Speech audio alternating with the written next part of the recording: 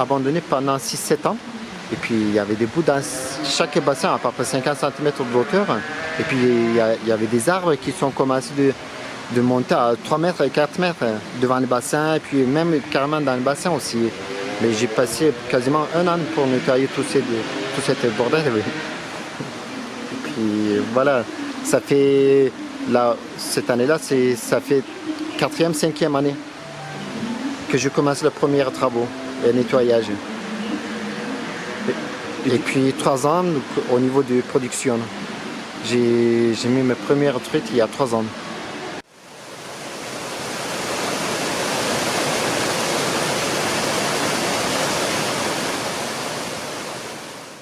Moi j'avais quelques amis qui m'avaient aidé aussi.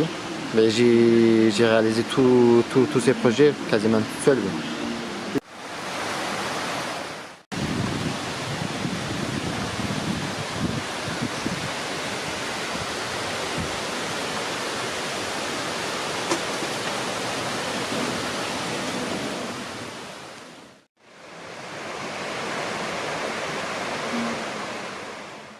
Pour la truite, il faut toujours un lot qui bouge, voilà, un courant.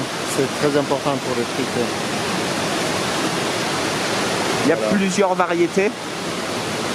Et comme variété, il y a des truites arc-en-ciel et des truites fario.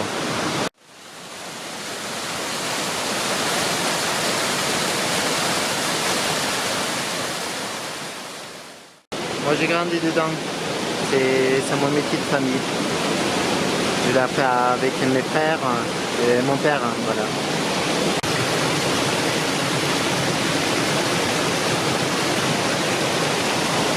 Et ça fait 10 ans que je suis arrivé ici en France. Quand je suis arrivé ici, j'étais à Bordeaux et Montpellier pendant 3 ans. Et au bout de 3 ans, j'ai déménagé ici à Mende.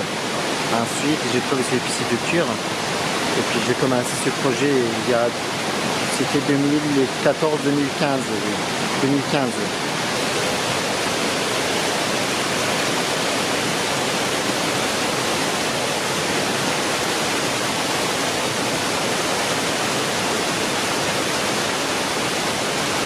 Et on a des bassins, puis on a un petit captage d'eau.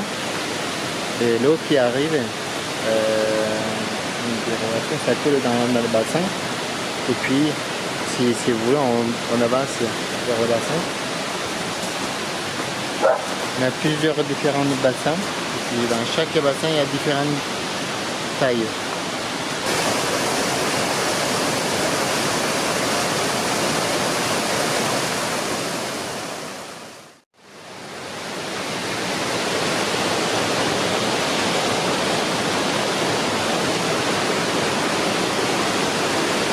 Ce bassin, c'est le bassin de Fario.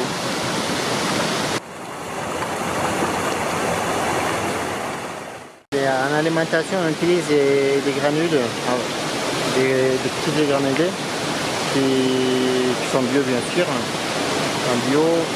Et comme ingrédients, il y a farine et huile de poisson qui conviennent 60% et à peu près 10-15% d'humidité.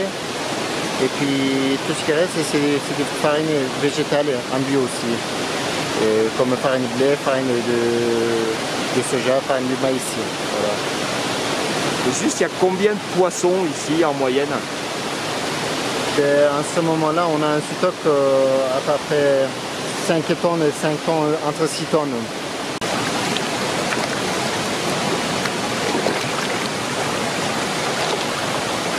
Ce jour, il faut nourrir les truites. Et puis, comme c'est automne, il faut contrôler les grilles aussi. Et comme il y a des feuilles qui tombent, il faut contrôler l'arrivée d'eau et à la sortie du bassin aussi. On a des grilles là, si vous voulez. On a des grilles.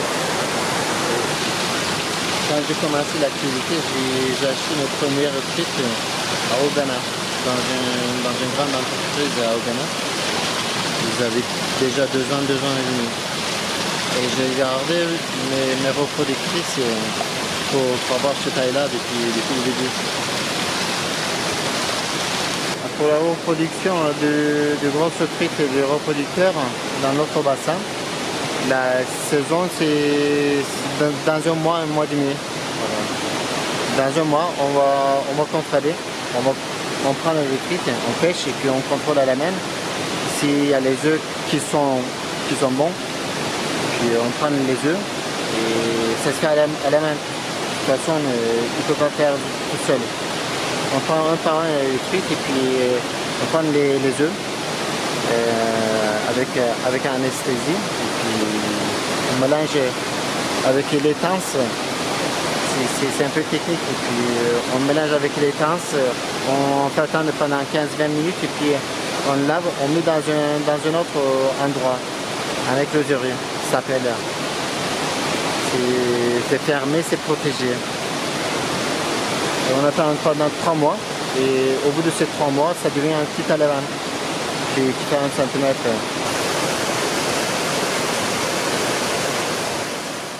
Comme c'est mon métier de famille, moi j'ai grandi dedans, c'est un métier que je vais réaliser depuis longtemps.